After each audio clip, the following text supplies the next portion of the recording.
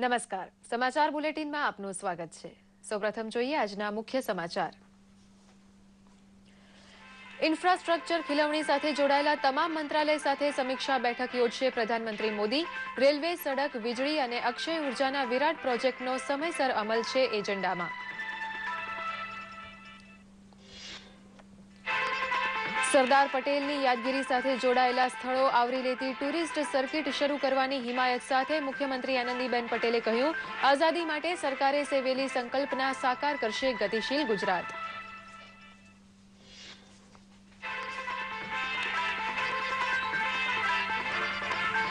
જમ્મુ કાશ્મીર તરફ ગુજરાતી પર્યટકોને આકર્ષવા માટે અમદાવાદ આવ્યા મુખ્યમંત્રી મુફ્તી મોહમ્મદ સઈદ। દેશ વિરોધી તત્વોને જેલ ભેગા કરવા સાથે વિસ્થાપિત કાશ્મીરી પંડિતોને વતન પાછા લાવવા આપી ખાતરી। મુખ્યમંત્રી આનંદીબેન પટેલના ડ્રીમ પ્રોજેક્ટ ઘેર ઘેર શૌચાલયને મજબૂત પ્રતિસાદ આપે છે પંચમહાલ। પોલીસ તંત્ર અને સ્વૈચ્છિક સંસ્થા સાથે મળી બાંધશે 500 શૌચાલય।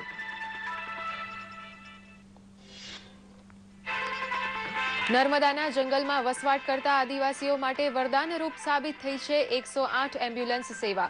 તબિયતના સંકટ સમયે દેવદૂત જેવી લાગે છે તાબડતોડ હાજર થતી એમ્બ્યુલન્સ।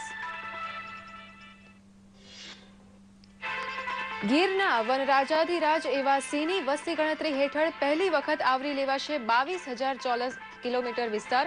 જંગલ બહાર પણ વસવાટ કરતા સિંહ ગણવા હાથ ધરાઈ છે મહાકવાયત।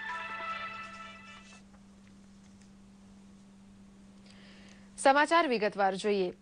પ્રધાનમંત્રી નરેન્દ્ર મોદીએ આજે માળખાગત સુવિધાઓની ખીલવણી સાથે સંકળાયેલા મંત્રાલયોના પ્રોજેક્ટની સમીક્ષા અર્થે ખાસ બેઠક બોલાવી છે, જેમાં માર્ગ અને પરિવહન, નાગરિક ઉડ્ડયન, વીજળી અને નવીનીકરણ ઉર્જા સહિતના મંત્રાલયના મંત્રીઓ તેમજ સચિવો ભાગ લેશે અને ભાવિ યોજનાઓ અંગેની રૂપરેખા તૈયાર કરાશે। નાણામંત્રી અરુણ જેટલી, માર્ગ અને પરિવહન મંત્રી નીતિન ગડકરી, રેલવે મંત્રી સુરેશ પ્રભુ, વીજળી, કોલસા અને અક્ષય ઉર્જા મંત્રી પિયુષ ગોયલ પણ તેમાં ભાગ લેશે। મુખ્યમંત્રી શ્રીમતી આનંદીબેન પટેલે આજે સુરત જિલ્લાના બારડોલી તાલુકાના બાબેન ખાતે સરદાર વલ્લભભાઈ પટેલની 30 ફૂટ ઊંચી પ્રતિમાનું લોકાર્પણ કર્યું હતું। આ પ્રતિમા કેવડિયા ખાતે નિર્માણાધીન સરદાર સાહેબની 182 મીટર ઊંચી સ્ટેચ્યુ ઓફ યુનિટીની પ્રતિકૃતિ છે। આ પ્રસંગે સંબોધન કરતા મુખ્યમંત્રીએ સરદાર પટેલના જીવન કવન સાથે સંકળાયેલા સ્થળોની પ્રવાસન સર્કિટ બનાવવાની નેમ વ્યક્ત કરી હતી। તેમણે કહ્યું હતું કે સરદાર સાહેબે અખંડ ભારતનું નિર્માણ કર્યું। આપણે વિકાસ ક્રાંતિથી શ્રેષ્ઠ ભારત બનાવીએ। આઝાદી માટે સરદાર સાહેબે સેવેલી સંકલ્પના ગતિશીલ ગુજરાત જરૂર સાકાર કરશે તેવી નેમ મુખ્યમંત્રીએ વ્યક્ત કરી હતી। બધાને મળવા માટે આવ્યો છું અને કહેવા માટે આવ્યો છું કે ભારત હિન્દુસ્તાન આઝાદ તો થયું છે।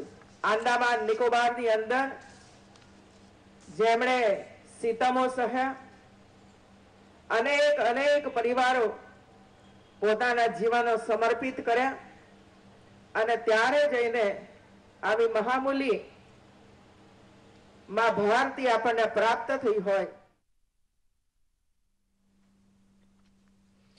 જમ્મુ કાશ્મીરમાં ગુજરાતી પર્યટકોને આકર્ષવા અમદાવાદ આવેલા મુખ્યમંત્રી મુફ્તી મોહમ્મદ સઈદને ચોખવટ કરવી પડી હતી કે દેશ વિરોધી તત્વો સામે કાયદાને તેનું કામ કરવા દેવાશે। કાશ્મીરી પંડિતો પોતાના વતનમાં પાછા ફરે તેવી ખ્વાહિશ પણ બયાન કરી હતી।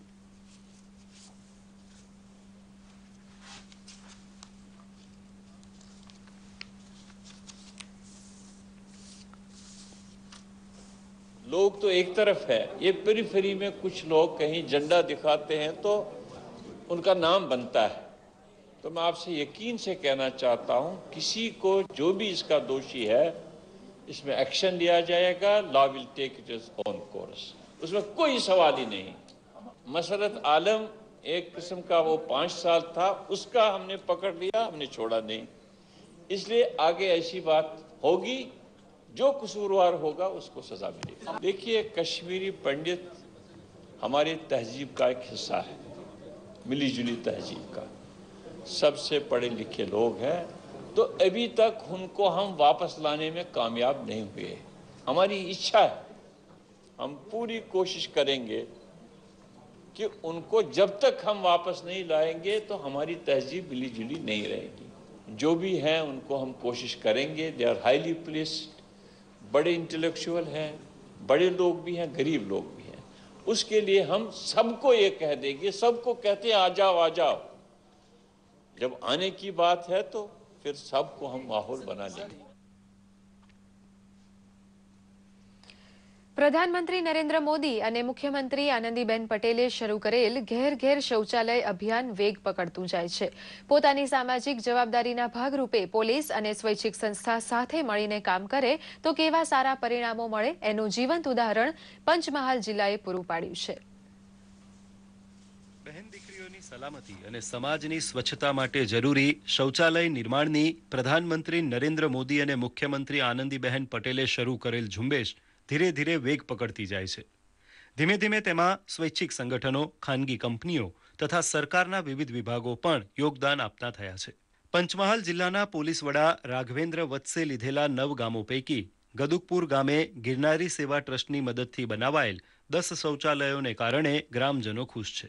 અમારા ગામમાં જે લેડીઝને બે મા બહેનો જતી હતી એમાં રાત્રે અંધારાનો વાટ જોવા પડતી હતી એના સાથે બનાવ્યું છે તો સારું છે। અમને સરકાર બાંધી આપી છે સંડાસ બાથરૂમ। અમારા બેન દીકરીને બહાર જવું પડતું, આ સારું થયું। ટ્રસ્ટ દ્વારા સમગ્ર जिला 500 જેટલા શૌચાલયો બનાવી આપવાનું આયોજન છે। इंडिया गवर्नमेंट का जो एक प्रोजेक्ट है स्वच्छता अभियान, उस अभियान के अंतर्गत हम लोगों ने टॉयलेट का एक प्रोजेक्ट किया है जिसमें हाईटेक टॉयलेट जो पंचमहाल जिले के जो छोटे छोटे गांव है उसमें हमने 500 से ज्यादा टॉयलेट डोनेट किए। પંચમહાલ ડીવાયએસપી વીકે નાઈ જણાવે છે કે જિલ્લા પોલીસે પોતાના સામાજિક દાયિત્વના ભાગરૂપે આ કાર્ય હાથ ધર્યું છે। गुजरात के मुख्यमंत्री ने गतिशील गुजरात में भी तमाम गांव में शौचालय बने ये पूरा झुंबेश चलाया है। इसके अंतर्गत हमारे एसपी साहब ने, माननीय राघवेंद्र भट्ट साहब ने इसको हमारी सामाजिक जवाबदारी समझकर 9 गांव कुदरा तालुका के दत्तक लिए हैं। 10 शौचालय अभी बनाए हैं और बाकी के गांव में जितने भी शौचालय बनाने की ज़रूरत पड़ेगी इस एनजीओ के सहयोग से सारे शौचालय बना दिए जाएंगे। ટીપે ટીપે સરોવર ભરાઈની જેમ આ મહાઅભિયાનમાં દરેક નાગરિક પોતાની જવાબદારી સમજી યોગદાન આપે તો સ્વચ્છ ભારતનું સ્વપ્ન વાસ્તવિકતા બની રહે। દૂરદર્શન સમાચાર, અમદાવાદ। દર્શક મિત્રો, સમાચારોમાં સમય થયો છે એક નાનકડા વિરામનો। વધુ સમાચાર વિરામ બાદ।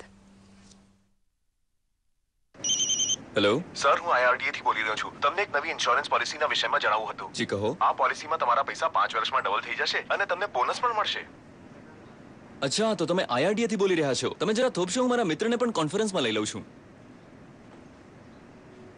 હા બોલ ભાઈ। સર, હું આઈઆરડીએ હૈદરાબાદથી બોલી રહ્યો છું। પણ કોલ ટ્રેસ કરીને બતાવી રહ્યું છે કે તું લાજપત નગર દિલ્હીની કોઈ દુકાનથી બોલી રહ્યો છે। આઈઆરડીએ ના નામ પર લોકોને ઠગવાવાળા મારું બે દંડા ત્યાં આવીને આઈઆરડીએ કે એમના અધિકારી કોઈ પણ પ્રકારના વીમા કે બોનસની ઘોષણા નથી કરતા। આવા કોલ મેળવનાર લોકોને નિવેદન છે કે તરત જ ફોન નંબર સાથે પોલીસમાં ફરિયાદ નોંધાવે। સત્યને જુઠ્ઠાણામાં જાણો ફરક, રહો સતર્ક। વિરામ બાદ સમાચારમાં પુનઃ સ્વાગત છે। સામાન્ય રીતે અકસ્માત થાય ત્યારે રસ્તે પસાર થતા વાહનો પણ કોઈ ઊભા રાખતું નથી, ત્યારે માત્ર ફોન કરવાથી હાજર થતી એમ્બ્યુલન્સ ઘાયલને તો સાક્ષાત દેવદૂત જેવી લાગે છે। આદિવાસી પ્રદેશમાં જીવનદાન જેવું વરદાન આપવામાં સફળ રહેલી 108 સેવાની વાત પ્રસ્તુત છે। દેશ આધુનિકતા તરફ આગળ વધતા વિવિધ સેવાઓ છેવાડાના ગામડાઓ સુધી પહોંચી રહી છે, જેમાં 108ની સેવા પણ એક છે। ગુજરાતમાં 108ની સેવા શરૂ થયાના થોડા સમયમાં જ નર્મદાના 5 તાલુકાઓમાં 10 108 એમ્બ્યુલન્સ સેવા કાર્યરત કરવામાં આવી છે। ગત વર્ષે 18,000થી વધુ લાભાર્થીઓએ આ સેવાનો લાભ લીધો હતો, જેમાં 15,000 તબીબી સારવાર માટે અને 2,000થી વધુ માર્ગ અકસ્માત અને 5,000થી વધુ પ્રસૂતિના કેસ નોંધાયા છે। એ લોકોને મદદરૂપ થવા માટે 108 24 કલાક માટે તત્પર રહે છે। નર્મદા ડિસ્ટ્રિક્ટમાં તાલુકા મથકે જ હેલ્થની સુવિધાઓ ઉપલબ્ધ રહે છે। બીજા અંતરિયાળ વિસ્તારોમાં હેલ્થની સુવિધાઓનો થોડો અભાવ હોવાને લીધે લોકોએ તાલુકા વિસ્તારમાં જ આવવું પડતું હોય છે। એને કારણે આદિવાસીઓ માટે 108 વિશ્વસનીય બનતી જઈ રહી છે। જિલ્લામાં એકમાત્ર સરકારી હોસ્પિટલ રાજપીપળા ખાતે છે, ત્યારે જિલ્લાના ગરીબ આદિવાસીઓને અહીં આવી સારવાર કરાવવાનો ખર્ચ પરવડે તેમ નથી। આવા સમયે 108ની સેવા તેમના માટે આશીર્વાદરૂપ બની જાય છે। ગત વર્ષે 108ને મળેલા 18,000 કોલ તેની સફળતાને દર્શાવી રહ્યા છે. જ્યારે કોઈ બસ કે જીપની કે ગાડીની કોઈ વ્યવસ્થા ન હોય ત્યારે 108 એવા દર્દીઓને તાત્કાલિક નજીકના સામૂહિક આરોગ્ય કેન્દ્ર કે નજીકની સિવિલ હોસ્પિટલમાં પહોંચાડે છે અને તે દર્દીઓને જો જરૂર પડે તો એ લોકો એમ્બ્યુલન્સમાં પણ સેવા આપીને એને બચાવી શકે છે અને હોસ્પિટલમાં લાવ્યા પછી પણ એને અમે બચાવી શકીએ છીએ. માત્ર એક ફોન કોલથી મળતી 108 સેવા અત્યાર સુધીમાં અનેકનું જીવનદાન બની ગઈ હોવાનું લાભાર્થીઓ માની રહ્યા છે. જ્યારે મારી જરૂર પડી 108 તારી તરત જ મેં 108 નંબર પર ફોન કર્યો, તરત જ 5-10 મિનિટમાં મારા ગામડામાં આવી ગઈ. 108ને મારી સારી રીતના સેવા કરી અને મારે બાળક પણ તંદુરસ્ત છે. 108ની જે સેવા છે તે અમારા ગામડિયા અને આદિવાસીઓ આશીર્વાદ સમાન છે. કદીએ દવાખાનાનો સહારો ન લેતા આ છેવાડાના આદિવાસીઓ માટે આ સેવા એક આકર્ષણ પણ બની રહી છે, જે ખરેખર તત્કાલીન મુખ્યપ્રધાન અને દેશના પ્રધાનમંત્રી નરેન્દ્ર મોદીને આભારી છે. દૂરદર્શન સમાચાર, અમદાવાદ.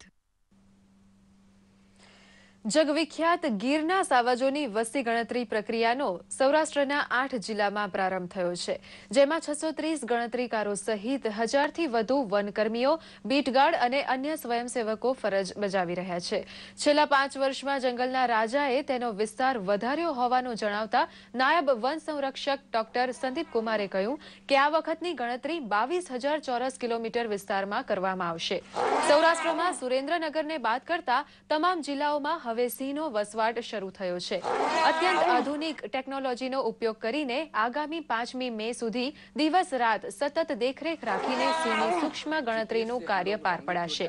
મુખ્ય વન સંરક્ષક જૂનાગઢ ડોક્ટર એપી સિંહ અને વાઇલ્ડ લાઇફ ફોરેસ્ટર ડોક્ટર એસ.સી. પંતે સિંહ અને મનુષ્ય સહઅસ્તિત્વનું દ્રષ્ટાંત બની ગયાની ખુશી વ્યક્ત કરીને સિંહોની સંખ્યા વધશે તેવી આશા વ્યક્ત કરી હતી. डायरेक्टली इन्वॉल्व हैं, बट सबसे अगर इम्पॉर्टेंट फीचर्स देखें लाइक इसमें करीबन 150 से भी ज़्यादा महिला जो स्टाफ जो है खास करके गार्ड एंड फॉरेस्टर्स वो इन्वॉल्व हैं. और इससे भी ज़्यादा अगर इम्पॉर्टेंट अगर आप बात देखें तो इस बार जो स्वयं सेवक करीबन 200 के आसपास स्वयं सेवक हैं या डिफरेंट जो है लाइक कोई डॉक्टर्स हैं, डिफरेंट प्रोफेशन से काफ़ी लोगों में एक बहुत ही अच्छा एक इंटरेस्ट है ताकि हम लायन पॉपुलेशन एस्टिमेशन में भाग ले सकें. રાષ્ટ્રીય ધોરીમાર્ગ ઉપર ભરૂચના જાડેશ્વર વચ્ચે આજે વહેલી સવારે લક્ઝરી બસ અને કન્ટેનર ભરેલી લાંબી ટ્રક વચ્ચે ગમખ્વાર અકસ્માત થયો હતો, જેમાં બસમાં બેઠેલા પ્રવાસીઓમાંથી એકનું ઘટના સ્થળે જ મૃત્યુ થયું હતું, જ્યારે અન્ય 13 જેટલા પ્રવાસીઓને નાની મોટી ઈજા થતા તેમને સારવાર માટે ભરૂચની સિવિલ હોસ્પિટલમાં ખસેડાયા હતા. મોટાભાગના પ્રવાસીઓએ અકસ્માત પાછળ બસ ચાલકના બેફામ ડ્રાઇવિંગને કારણભૂત ગણાવ્યું હતું.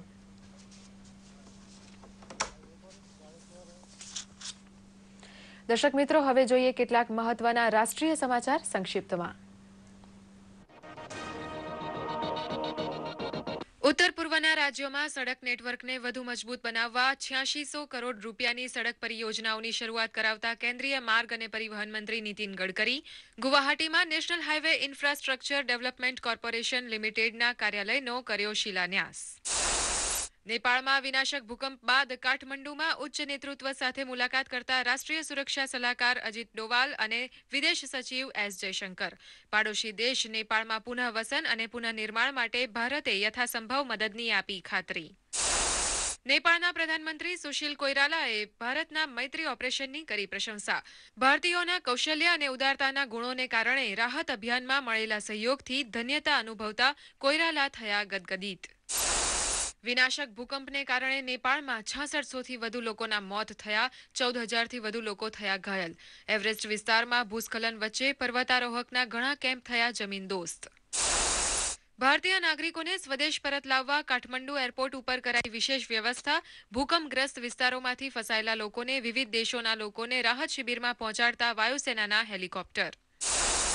નેપાળના લોકોએ ભૂકંપમાં ઘર પરિવાર સહિત સર્વસ્વ ગુમાવી મોતને નજીકથી અનુભવ્યું, તો બીજી તરફ સન્નાટા અને સુનકાર વચ્ચે હોસ્પિટલમાં 5 નવજાત શિશુઓની કિકિયારીઓથી આશાનું કિરણ ઉગ્યું. નવજાત બાળકીને ગોડેસ નામ આપતા પિતા. કમોસમી વરસાદને કારણે ઉત્તર પ્રદેશમાં પાકના થયેલા નુકસાનની સમીક્ષા કરવા પહોંચ્યા કેન્દ્રીય મંત્રી વી.કે. સિંહ. ખેડૂતોના હિતમાં પાકના થયેલા નુકસાન અંગે હરસંભવ મદદ માટે કેન્દ્ર સરકાર તૈયાર, પણ રાજ્ય સરકારની મદદ પણ મહત્વની હોવાનું જણાવતા વી.કે. સિંહ. અરુણાચલ પ્રદેશના 3 દિવસ સુધી ચાલનારા તવાંગ મહોત્સવની શુભેચ્છા સાથે શરૂઆત કરાવતા રાજ્યપાલ નિર્ભય શર્મા અરુણાચલના નૈસર્ગિક સૌંદર્યને સુરક્ષિત રાખવા અને તવાંગ મહોત્સવને પર્યટન કેન્દ્ર તરીકે ઉત્તેજન આપવા કરી અપીલ.